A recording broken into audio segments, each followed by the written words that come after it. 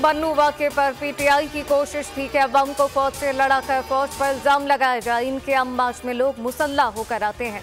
PTI सियासी नहीं, दहशतगर्द जमात है। मुल्क में इंतशार पैदा करना पीटीआई का मकसद है। वफाकी सीरत तातार के पीटीआई पर वार कहा कि ये लोग शहदा का भी पास नहीं रखते। तातार ने मजीद कहा कि बानी पीटीआई अडियाला जेल में सदारती कमरे के मजे ले रहे हैं।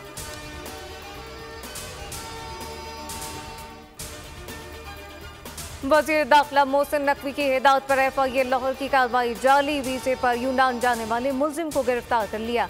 मुलजिम ने सियालकोट के 2 ट्रैवल एजेंट को 15 लाख रुपए दिए। मुलजिम को मजीद तफ्तीश के लिए anti human trafficking circle Lahore मुंतकिल कर दिया गया।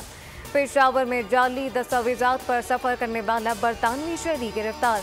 मुलजिम के एजेंट से एग्जिट परमिट हासिल किया। मुलजिम के मोबाइल फोन से चैट भी बरामद कर ली गई।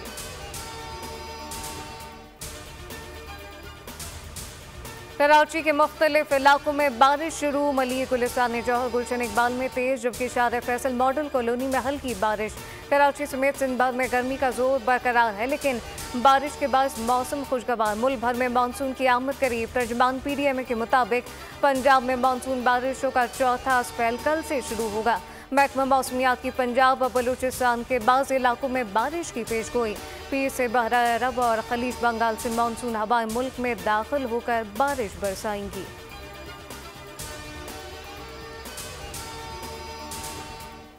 और अमीर जमात इस्लामी कराची मन्नम जफर की शहरी हुकूमत पर तनकीद। कहा कि बारिश के बाद जो खर्चात थे वो दुरुस्त साबित हुए। बारिश शहर के कुछ इलाकों में हुई, लेकिन नालों की सूरत हाल अबतर हो गई। छोटे बड़े नालों की सफाई नहीं की गई।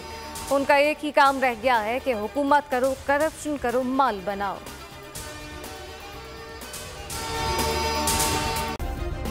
सब्सक्राइब करें और बेल दबाएं ताकि कोई खबर रह न जाए।